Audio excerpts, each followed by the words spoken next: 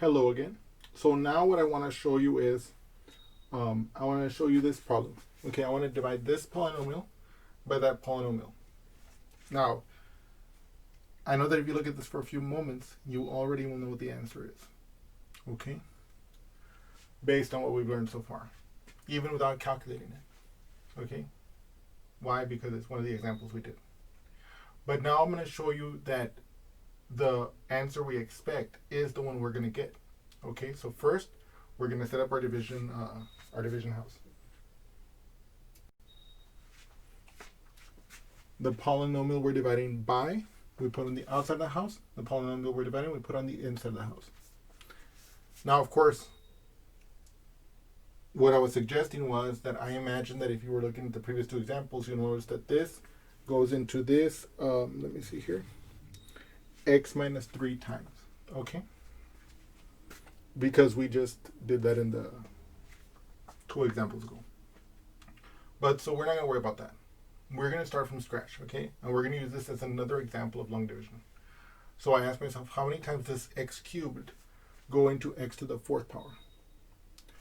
X cubed goes into x to the 4th power, x times, okay? X times x cubed is x to the 4th.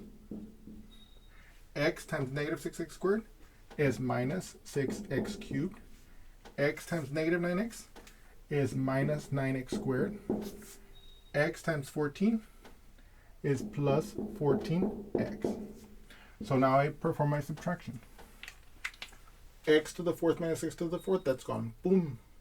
Negative 9x cubed minus negative 6x cubed, that becomes a plus 6x cubed. So it becomes negative 3x cubed.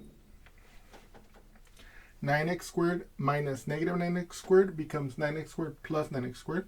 So that's plus 18x squared. 41x minus 14x. What is that? 41 minus 14. Can I take away 4 from 1? No. I borrow from the 4. That becomes a 3. This becomes an 11. 11 minus 4, that's 7. 3 minus 1 is 2. So this becomes plus 27x. And then I bring down my negative 42. Okay. So now I ask myself, how many times does x cubed go into negative 3x cubed? Minus 3.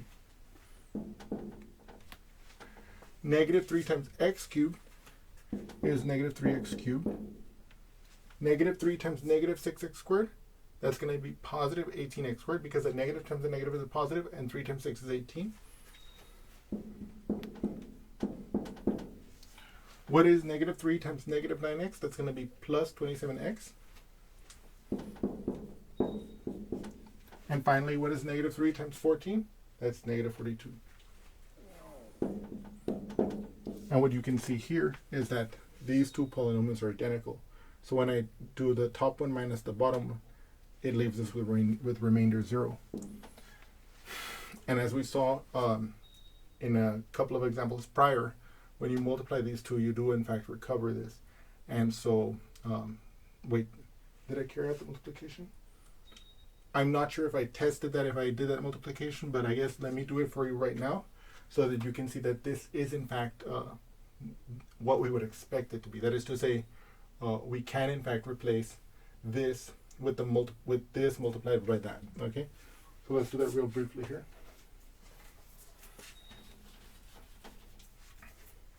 And in fact, let me alternate the notation a little bit here.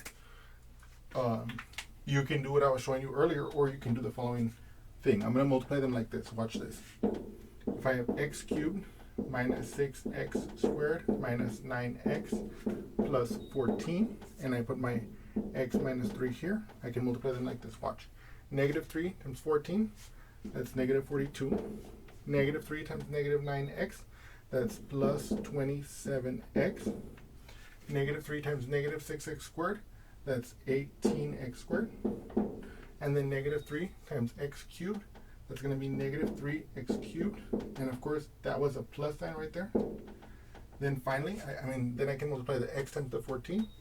That's going to be 14x. X times negative 9x, that's going to be negative 9x squared. x times negative 6x squared, that's going to be negative 6x cubed. So it's going to be, and then it's going to be x times x cubed, so that's going to be the x4. And then I just add them down. Negative 42. And then this one's plus, right? Let me see. This one came from x times 14. So it's plus. You see, because the plus 14. So then you add these and you get plus 41x. You add these to 18x squared minus 9x squared. That's plus 9x squared. You add these two. That's negative 9x cubed. And then you just bring down your x to the fourth. Okay. That's another way you can multiply them. Okay. It's essentially the same thing. Okay. But so what we've shown is that when we did the division like this, since it gave us zero remainder, it means that we can express this polynomial as this polynomial times this polynomial. I hope that you've enjoyed this example, and I look forward to seeing you again soon. Thank you so much.